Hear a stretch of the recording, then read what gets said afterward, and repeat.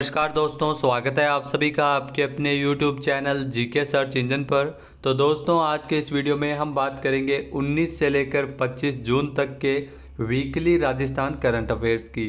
तो पूरा वीडियो बहुत ध्यान से देखना। वीडियो की जो PDF फाइल है वो आप वीडियो के डिस्क्रिप्शन बॉक्स से डाउनलोड कर सकते हैं। तो चलिए स्टार्ट करते हैं वीकली राजस्थान करंट अफेयर्स। पहला क्वेश्चन है, हाल ही में राजस्थान सरकार द्वारा किस जिले में स्थित चौगान स्टेडियम के जीर्णोद्धार के लिए 5.50 करोड़ रुपए के वित्तीय प्रस्ताव को स्वीकृति प्रदान की है। तो ये चौगान स्टेडियम है वो जयपुर में स्थित है। इसका पुनर्निर्माण करवाया जा रहा है, यानी कि बी ऑप्शन इसका बिल्कुल सही है। 5.50 करोड़ रुपए की लागत से जो राज्य सरकार की राज्य निधि योजना में उपलब्ध प्रावधान से इस राशि को वहन किया जाएगा।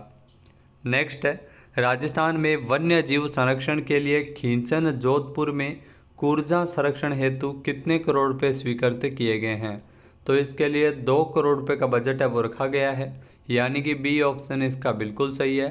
जी हाँ, CM अशोक गहलोत ने 3 स्थानों पर वन्य जीव संरक्षण के लिए 9 करोड़ रुपए स्वीकृत किए हैं, जिसमें जो पालीघाट सवाई माधोपुर में जो राष्ट्रीय चंबल घड़ियाल अभ्यारण्य में घड़ियालों के संरक्षण के लिए 2 करोड़, खींचन जोधपुर में कूर्जा संरक्षण के लिए भी 2 करोड़ और राष्ट्रीय मरु उद्यान में गोडावण संरक्षण के लिए 5 करोड़ के विकास कार्य करवाए जाएंगे।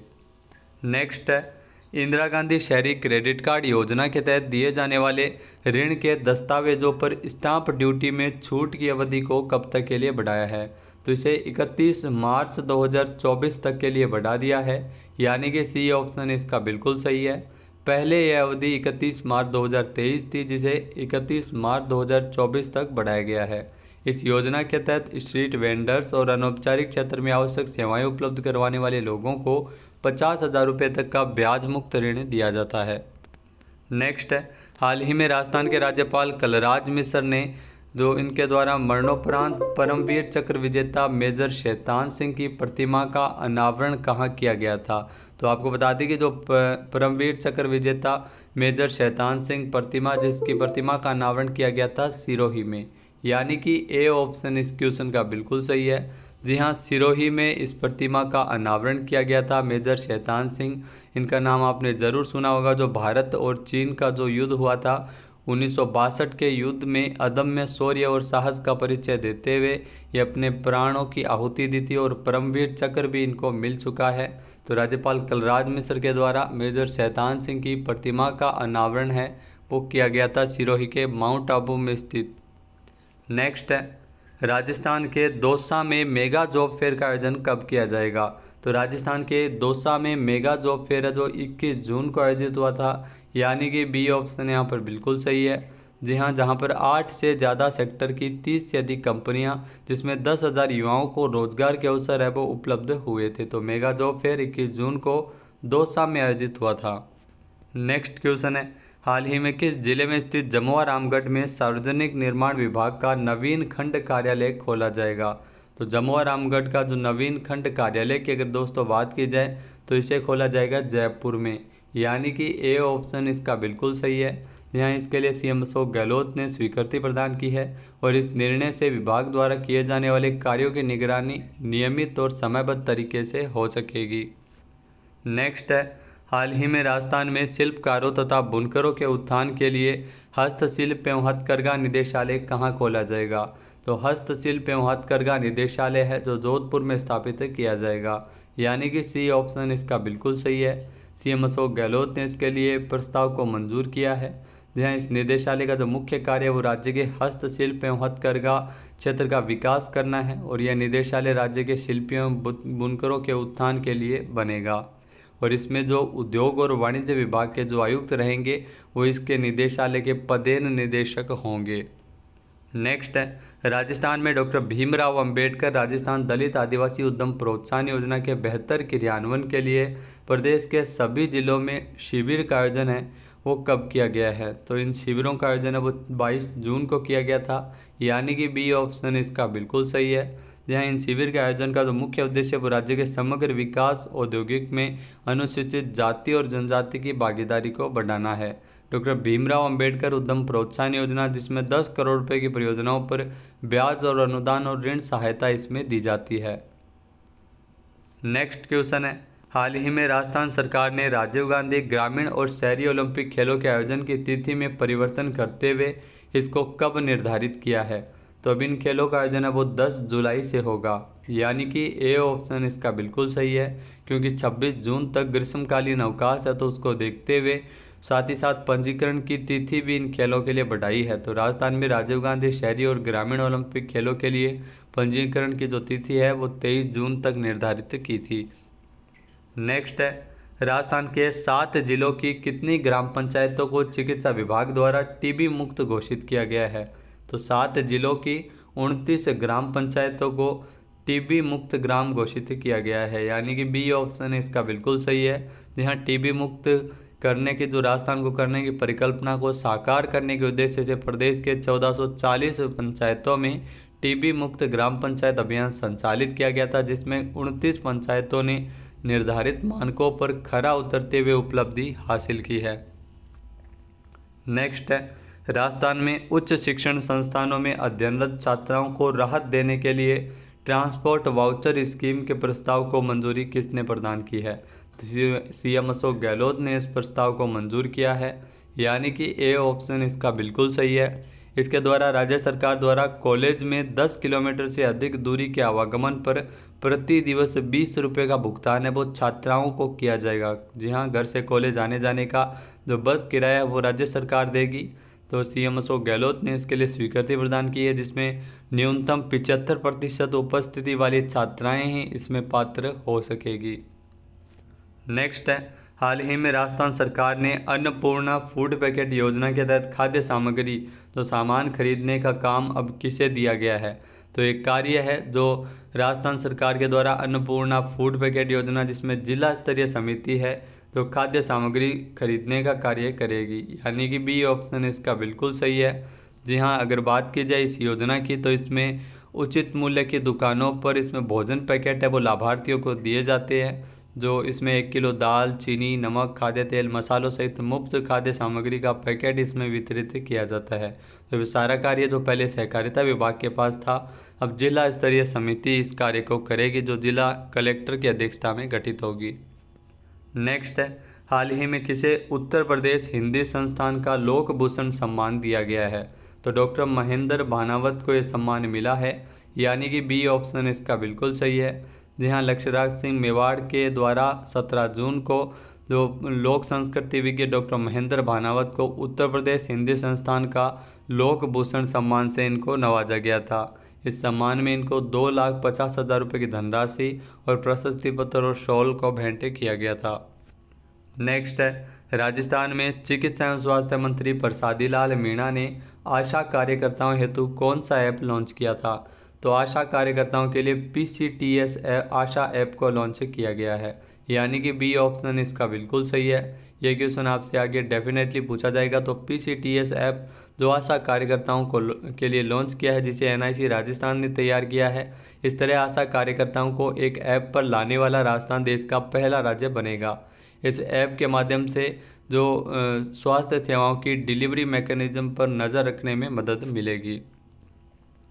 नेक्स्ट है, हाल ही में राजस्थान में मार्च 2023 तक पवन ऊर्जा क्षमता बढ़कर कितने मेगावाट हो गई है? तो ये भी आपको ध्यान रखना है, 5,204 मेगावाट है जो मार्च 2023 तक पवन ऊर्जा क्षमता बढ़कर हो गई है, यानी कि बी ऑप्शन इसका बिल्कुल सही है।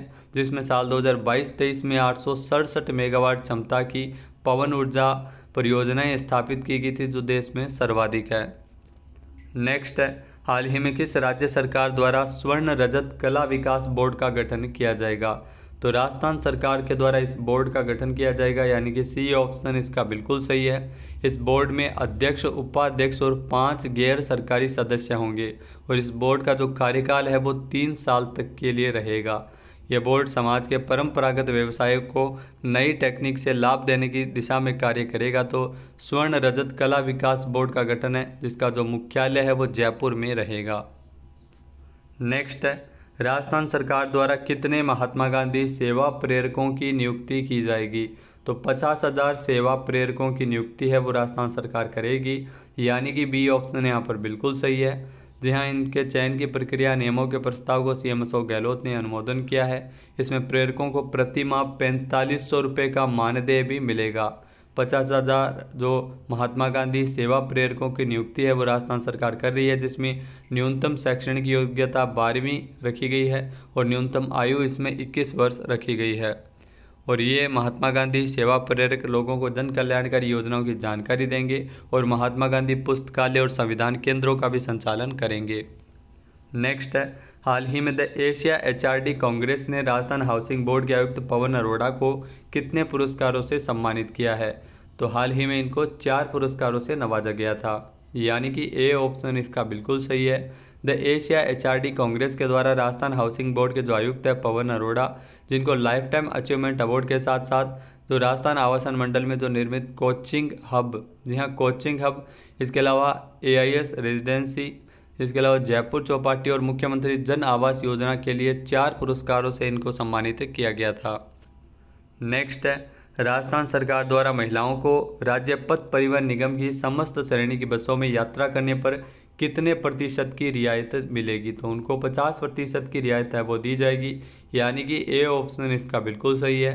पहले यही रियायत है वो साधारण श्रेणी की बसों में मिलती थी, अब इसका दायरा बढ़ाते हुए इसे सभी श्रेणी की, जी हाँ समस्त श्रेणी की बसों में महिलाओं को यात्रा करने पर 50% की जो किराए में छूट मिलेगी।